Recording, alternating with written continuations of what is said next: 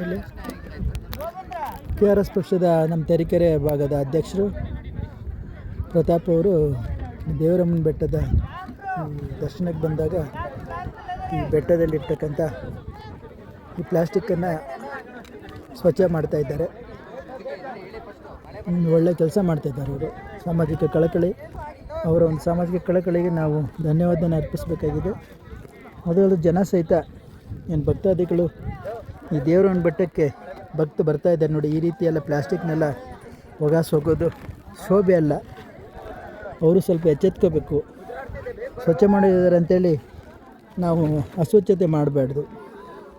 ಏನೇ ಆಗಲಿ KRS ಪಕ್ಷದ ತರೀಕೆರೆ ಘಟಕದ ಅಧ್ಯಕ್ಷರಾದ ಸಿ ಪ್ರತಾಪ್ ಅವರಿಗೆ ನಾವು ಧನ್ಯವಾದ ಅರ್ಪಿಸಬೇಕು. ಮತ್ತು ಅವರ ಈ ಒಂದು ಸ್ವಚ್ಛತೆ ಕಾರ್ಯಕ್ರಮ ಸಾಮಾಜಿಕ ಕಳಕಳಿ ಎಲ್ಲರಿಗೂ ಮಾದರಿ ಆಗಲಿ ಅಂತ ನಾನು ಆಶಿಸ್ತೇನೆ.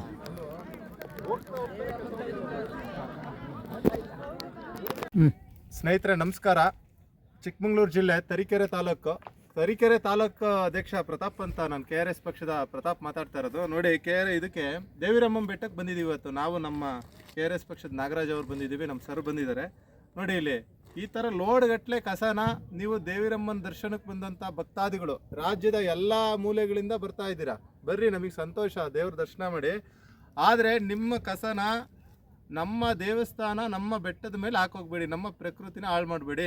ದಯಮಾಡಿ ನಾವು ನಿಮ್ಮಲ್ಲಿ ಏನು ಕೇಳ್ಕೊಳೋದು ಅಂದರೆ, ನಿಮ್ಮ ಲಗೇಜು, ನೀರಿನ ಬಾಟ್ಲು, ನಿಮ್ಮ ಬಿಸ್ಕೆಟು, ಚಿಪ್ಸು, ಇದನ್ನೆಲ್ಲದನ್ನು ನೀವು ಕ್ಲೀನಾಗಿ ವಾಪಸ್ ತಂದು ಎಲ್ಲಾರ ಒಂದು ಕಡೆ ಅದೆಲ್ಲಿಗೆ ಹಾಕಬೇಕು ಅಂತ ಸೂಚನೆ ಮಾಡಿರ್ತಾರೆ ಜಿಲ್ಲಾಡಳಿತ, ಅಲ್ಲಿಗೆ ಹಾಕಬೇಕು ಅಂತ ಈ ಮುಖಾಂತರವಾಗಿ ನಾವು ಕೇಳ್ಕೊತಾ ಇದ್ದೀವಿ. ದಯಮಾಡಿ ನಮ್ಮ ದೇವಸ್ಥಾನವನ್ನು ಮತ್ತು ಅದ್ರ ಪರಿಸರವನ್ನು, ಅದ್ರ ವಾತಾವರಣವನ್ನು ಹಾಳು ಮಾಡಬೇಡ್ರಿ. ನೀವು ಭಕ್ತಿಯಿಂದ ಬಂದಿದ್ದೀರಾ, ನಮಗೆ ಸಂತೋಷ.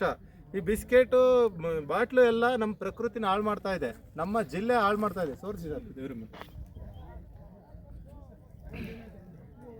ಈ ಥರ ಇದೆ. ದಯಮಾಡಿ ನಾವು ಮನವಿ ಮಾಡ್ತೀವಿ. ನೋಡಿ, ಈ ಥರ ಲೋಡ್ಗಟ್ಟಲೆ ಕಸ ಬರ್ತಾ ಇದೆ. ದಯಮಾಡಿ ನಿಮ್ಮ ಲಗೇಜನ್ನು ನೀವು ತಗೊಂಡೋಗಿ ವಾಪಸ್ಸು ಕೆಳಗೆ ಹಾಕಬೇಕು. ಸರಿನಾ? ನಮಸ್ಕಾರ.